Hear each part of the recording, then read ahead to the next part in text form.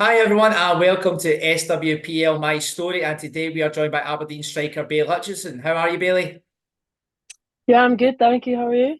Yeah, I'm great, thanks, and thanks so much for joining us today. So, this season, you're currently top scorer in the SWPL. You're in red hot form right now as well. 5 goals in your last couple of games. Must be a good time to be you, Bayley. Yeah, obviously I think it's just credit to how well we've been playing as a team. Obviously you see like the likes of Hannah Stewart, Ailey stuff, they're really up there for top assists in the league as well. And I think it's just being in the right place at the right time. And obviously I think from last season I wasn't too happy with how many goals I finished on. So it was something that I wanted to try and improve this season. And obviously I've managed to do that and found my form. And with Clint coming in, he's really boosted my confidence and he's an unreal manager. Um, so yeah, I think that's helped a lot as well. And yeah, it doesn't really cross my mind that I'm top of the league goal scorer. When you've got the likes of Amy Gallagher, Rio Hardy, stuff like that, that's obviously surreal. And to be up there with names like that is obviously a big proud moment for me.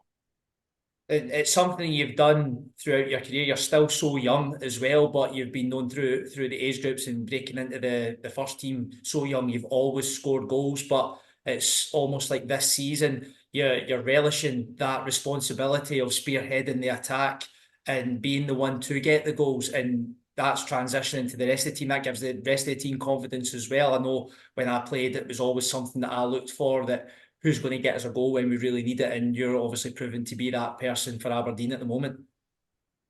Yeah, I think it's just obviously confidence.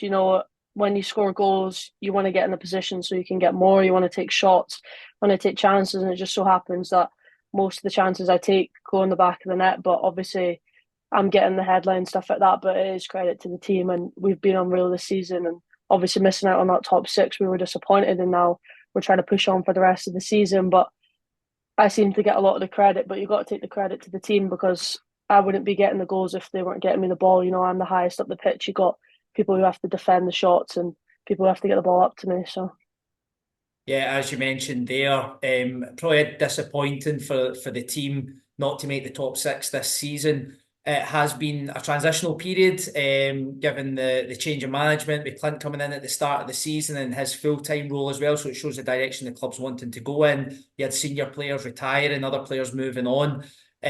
So in hindsight, having a strong finish to the season, the best of the rest, if you want to call it that. You're 5 points clear in seventh place of Motherwell, and then it's on you and the team to maintain that and just finish with as high a points tally as possible.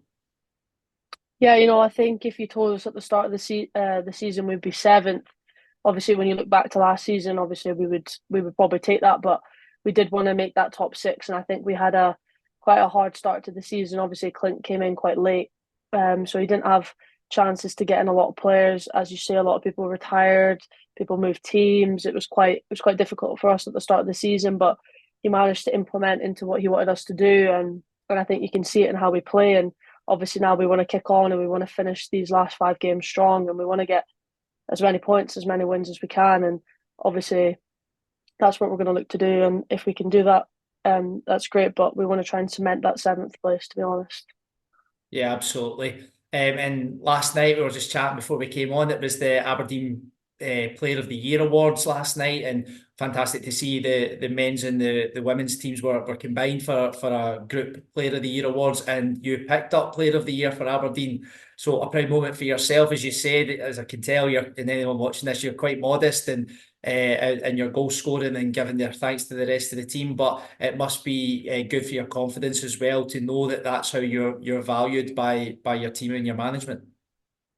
Yeah, obviously, thanks to the fans, to be honest, because they're the ones that vote for it. And yeah, Ailey and Hannah Stewart were up for that award as well. So obviously, to try and beat them to the award and to get it is a proud moment for me. And I think it just shows that people do kind of give you credit when you're giving the team and you're getting wins and stuff like that. And obviously, it's nice for me and it's an honor to win that award. And like I said last night, it's just kind of showing how well we were playing as a team this season. And I think it just shows that when you have a good full time manager in and you can push and he can get you playing how you want to play, you can get in good goal scoring opportunities, and I think we've had a lot more opportunities than we did last season.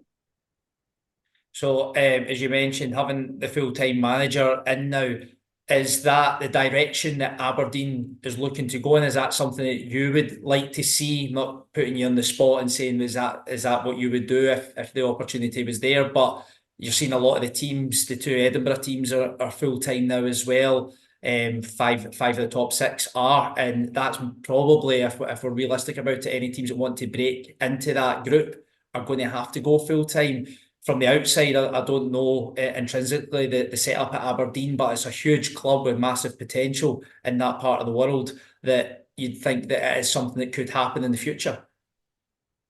Yeah, I think obviously they took a big step, getting Clinton and making him full time, and yeah, I think that is the direction. That's the direction women's football's going at the moment. So obviously, I think that is the way that they would want to go. I personally don't know when, how, any of the logistics behind it, but obviously, being an Aberdeen fan myself, and I would want to see the club take that next step and push and do make us full time, and I think it would be good, and it would make us push for that top six, which is what we want to do. But we weren't that far off at this season, obviously not being full time. And credit to Partick, they're not full time either, and they're in that top six. So yeah, I think it is just going to be that direction, and if the club can do that, obviously that is something that I would like to be involved into.